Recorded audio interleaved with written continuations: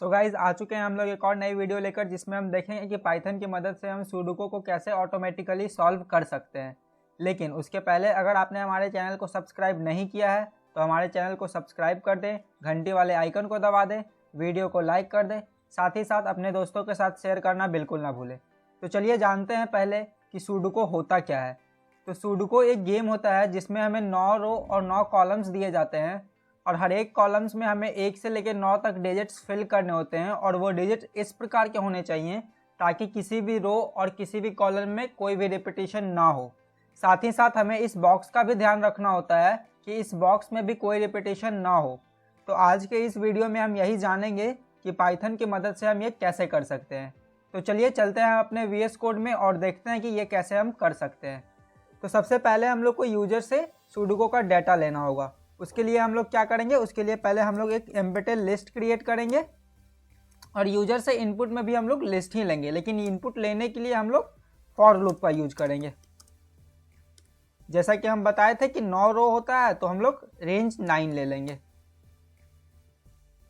उसके पहले हम एक चीज़ लिखना होगा, हमें जो ब्लैंक स्पेसेस है वो पाइथन में हम उसको 0 मान के चलेंगे। तो इसीलिए हम लोग यहाँ पे पहले ही ये बता देते हैं यूज़र को कि हमें क्या चाहिए। तो यहाँ पे हम लिख देंगे please use 0 in place of blank spaces. ये हम पहले ही प्रिंट करके यूजर्स को बता देंगे। तो चलिए अब इनपुट का काम शुरू करते हैं। तो हम लोग रो बाय रो इनपुट लेंगे। तो क्या करते हैं, हम लोग रो लेते हैं और इनपुट में भी हम लोग लिस्ट लेंगे। तो लिस्ट लिखें input enter the elements of row। अब यहाँ पे हम लोग क्या करेंगे, फॉर्मेट स्पेसिफायर का यूज़ करेंगे। वो इसीलिए करेंगे क्योंकि हर बार ताकि जैसे आई का वैल्यू चेंज होते जाएगा तो यहाँ पे भी रो का भी वैल्यू चेंज होते जाएगा without any spaces and commas. और डॉट फॉर्मेट i+1। अब आप पूछोगे कि i+1 क्यों ले रहे हैं। तो i+1 इसीलिए ले रहे हैं ताकि ये तो हमें पता है कि पाइथन में इंडेक्सिंग 0 से स्टार्ट होता है, लेकिन जो नॉर्मल यूज़र है जिनको प्रोग्रामिंग की कोई नॉलेज नहीं है उन्हें तो ये बात पता नहीं होगी। तो इसीलिए हम लोग i+1 से शुरू करेंगे। अब दूसरी बात यह है कि पाइथन का इनपुट फंक्शन जो है वो बाय डिफ़ॉल्ट इनपुट में स्ट्रिंग को लेता है, लेकिन सुडोकू में हम लोग को इंटीजर से डील करना होता है। तो इनपुट लेने के बाद क्या करेंगे, हम लोग हर एक जो आइटम होगा लिस्ट को, उसको हम लोग लिस्ट का हर एक आइटम को हम लोग इंटीजर में कन्वर्ट करेंगे और उसके लिए हम लोग लिस्ट कॉम्प्रिहेंशन का यूज़ करेंगे। इंट आई फॉर आई इन रो। ये हो गया हमारा इनपुट का काम। अब जो हम लोग एम्पटी लिस्ट क्रिएट किए थे ऊपर में, उसमें हम लोग इसको अपेंड कर देंगे।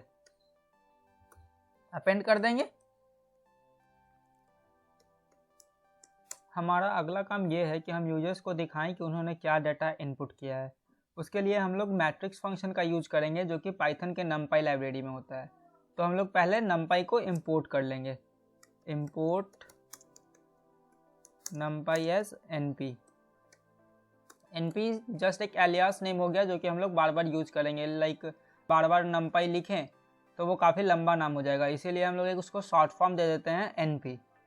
तो चलिए अब यूज़र को हम दिखाते हैं कि उन्होंने क्या इनपुट किया है। तो उसके लिए हम लोग यूज़ करेंगे प्रिंट np.matrix और इसके आर्ग्यूमेंट में हम लोग सुडोकू को डाल देंगे। अब देखिए हम लोग इसको रन करके देखते हैं कि ये हमें कैसा दिखता है। तो पहले हम लोग Ctrl+S से सेव कर लेंगे, उसके बाद रन बटन पे क्लिक करेंगे। देखिए ये हमें बता रहा है please use 0 in place of blank spaces, और दूसरे लाइन में इसने ये बोल रहा है कि enter the elements of row 1 without any spaces and commas. तो हम लोग सुडोकू का डाटा भी एंटर कर सकते हैं, लेकिन अभी हम लोग जस्ट डेमो के लिए देख रहे हैं तो हम लोग कोई भी रैंडम नंबर एंटर कर दे रहे हैं। सो ऑलराइट गाइज, हमने सभी रो का डाटा को फिल कर लिया है। अब हम एंटर प्रेस करेंगे और देखेंगे कि इसका रिजल्ट हमें कैसा दिखता है। ये देखिए हमें एक मैट्रिक्स के फॉर्म में दिख रहा है जिसे आराम से कोई भी इंसान पढ़ सकता है, लाइक 1 2 3 4 5 6 7 8 9। और हाँ, अगर किसी में ब्लैंक स्पेसेस रहेंगे तो वो यूजर्स उस टाइम वहाँ पे 0 एंटर करेंगे तो वो वहाँ पे वो 0 शो करेगा। तो ये था हमारा यूजर से इनपुट लेने का प्रोसेस। हमारा अगला काम एक फंक्शन बनाना है जो हमें यह बताएगा कि अगर हम किसी पर्टिकुलर प्लेस पे किसी पर्टिकुलर डिजिट को इंसर्ट कर रहे हैं तो क्या वो सही है या गलत है। कहने का मतलब ये हुआ कि ये जो फंक्शन है वो हमें बूलियन वैल्यू रिटर्न करेगा, आइदर ट्रू और आइदर फॉल्स। तो चलिए इसको डिफाइन कर लेते हैं हम लोग, और इस फंक्शन का नाम हम लोग पॉसिबल रख देते हैं। और ये 3 आर्ग्यूमेंट लेगा, पहला लेगा रो, दूसरा लेगा कॉलम और तीसरा लेगा ये वो नंबर जिसको हमें चेक करना है। उसके बाद हम लोग का दूसरा काम ये होता है कि हम लोग ये जो सुडोकू वेरिएबल है उसको हम लोग पहले ग्लोबल में कन्वर्ट करेंगे ताकि हम लोग इसको कहीं भी यूज कर सकें। उसके बाद हम लोग फॉर लूप का यूज करेंगे, एक बार सारे रोज़ के लिए और एक बार सारे कॉलम्स को आइटरेट करने के लिए। तो हम लोग फॉर लूप का यूज करेंगे रेंज 0 to 9। उसके बाद हम लोग एक इफ़ कंडीशन को चेक करेंगे कि क्या ये सही है या नहीं। तो हम लोग क्या करेंगे, सुडोकू वाई आई अगर ये n के बराबर होगा तो हम लोग रिटर्न करेंगे फॉल्स, मतलब कि ये नंबर हमको पहले मिल चुका है, ये नंबर पहले से उस कॉलम में अवेलेबल है। सिमिलरली वैसे ही हम लोग करेंगे एक बार कॉलम्स के लिए।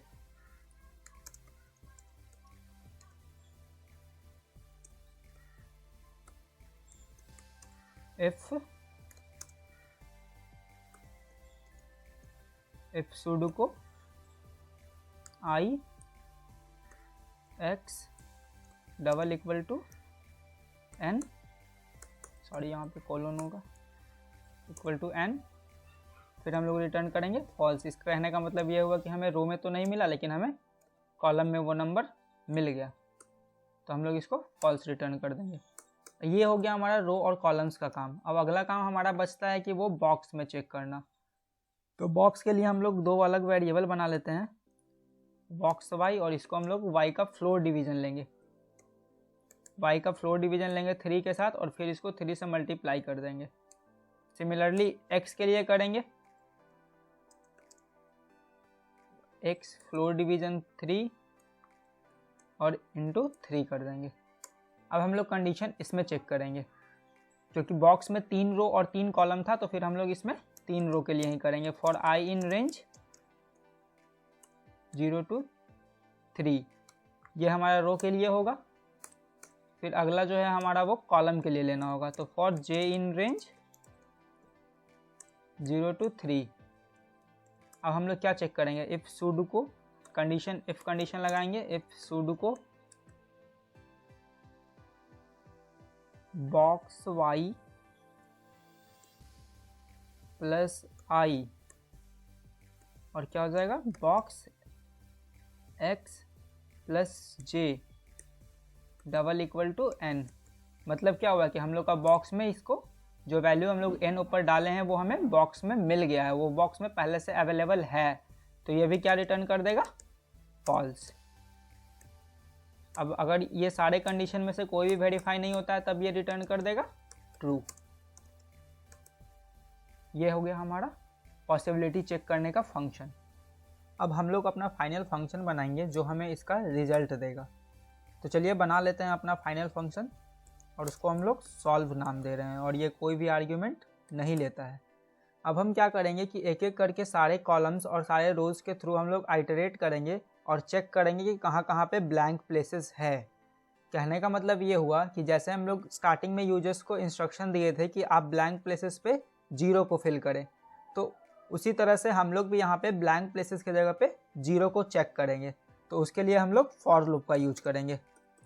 तो पहले हम लोग हर एक रो के साथ आइटरेट करेंगे। तो for y in range 0 to 9। अब अगला होता है हमारा कॉलम का, तो अब हम कॉलम के थ्रू आइटरेट करेंगे। X in range 0 to 9। अब हम लोग चेक करेंगे, एक कंडीशन चेक करेंगे कि जो प्लेस है वो ब्लैंक है या नहीं। तो उसके लिए हम लोग इफ़ स्टेटमेंट का यूज करेंगे। तो if sudoku y for row के लिए और x column double equal to 0, अगर ये 0 है तो फिर हम लोग एक वापस से फॉर लूप लेंगे, और ये फॉर लूप होगा हमारा n के लिए। तो फॉर n इन रेंज, अब n का रेंज हम कहाँ से कहाँ तक लेंगे, हमें नंबर्स फिल करने थे, जो डिजिट हमें फिल करने थे वो 1 से लेकर 9 तक करने थे। तो n का रेंज हम कहाँ से लेंगे, 1 से लेंगे और कहाँ तक लेंगे, 10 तक लेंगे। 10 तक इसीलिए लेंगे क्योंकि फॉर लूप का ये जो रेंज फंक्शन है वो फर्स्ट आर्ग्यूमेंट को इंक्लूड करता है और सेकंड आर्ग्यूमेंट को एक्सक्लूड करता है। तो मतलब 10 - 1 9 तक लेगा। अब हम लोग चेक करेंगे इफ़ जो हमने ऊपर फंक्शन बनाया था पॉसिबल, इफ़ पॉसिबल, और इसका आर्ग्यूमेंट देंगे y x n। अगर ये पॉसिबल है तो हम लोग क्या करेंगे, सुडोकू को रिप्लेस कर देंगे n से। सुडोकू y x = n, इतना हो गया।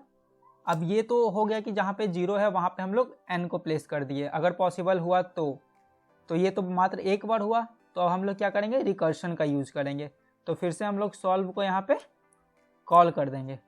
अब ये हो गया। इसके बाद ये भी तो हो सकता है कि हम लोग ने जो वैल्यू वहाँ पे डाला हो वो अभी पॉसिबल हो, लेकिन कुछ देर के बाद हो सकता है कहीं कहीं पे किसी और वैल्यू फिल करने के बाद वो पॉसिबल ना हो।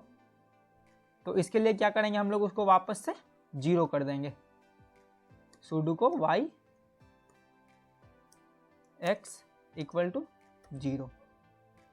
इतना करने के बाद हम लोग इसको रिटर्न कर देंगे और फिर हम लोग प्रिंट कर देंगे जो हमारा रिजल्ट है। प्रिंट np.matrix, मैट्रिक्स के फॉर्म में ऑब्वियसली हम लोग प्रिंट करेंगे np.matrix सुडोकू। ये हमारा रिजल्ट शो कर देगा। उसके बाद हम लोग प्रिंट में यूज़र से पूछेंगे कि क्या आपको और भी रिजल्ट चाहिए, लाइक एक सुडोकू बहुत से तरीके में सॉल्व हो सकता है। तो हम लोग पूछ लेंगे उस यूज़र से कि अगर आप चाहते हो कि इसका कोई और भी सॉल्यूशन आप लो तो फिर आप इसको येस और नो में आंसर दे सकते हो। इतना करने के बाद हम लोग Ctrl+S से सेव करेंगे और फिर रन करेंगे। इस बार हम लोग गूगल से एक रियल सुडोकू का डाटा लेंगे और अपने कोड में रन करेंगे और फिर देखेंगे कि अगर हमारा कोड इसको सही से सॉल्व कर पा रहा है या नहीं कर पा रहा है। अगर नहीं कर पा रहा है तो कहाँ पे एरर आ रहा है। तो चलिए चलते हैं गूगल में और गूगल के सर्च बार में हम लोग टाइप करेंगे सुडोकू। एंटर प्रेस करते के साथ ही आपके पास बहुत सारा रिजल्ट आ जाएगा, लेकिन हमें इन रिजल्ट्स से कोई मतलब नहीं है, हमें इमेजेस में चले जाना है। जैसे ही आप इमेजेस में जाओगे आप देखोगे कि ढेर सारा सुडोकू का इमेजेस आपके सामने होगा। मेरे केस में मैं ये पहला वाला इमेज ले रहा हूँ, हम लोग इसी को सॉल्व करेंगे। जैसे कि आप देख सकते हैं कि फर्स्ट रो में है 5 3 ब्लैंक स्पेस 7 और फिर से 4 ब्लैंक स्पेसेस हैं। तो जैसा कि हमने कोड में अपना इंस्ट्रक्शन दिया था कि ब्लैंक स्पेस के जगह पे 0 यूज़ करना है, तो हम लोग भी सेम काम करेंगे। जहाँ पे ब्लैंक स्पेसेस है वहाँ पे हम लोग 0 टाइप करेंगे। तो चलिए टाइप कर लेते हैं और फिर देखते हैं कि क्या होता है आगे।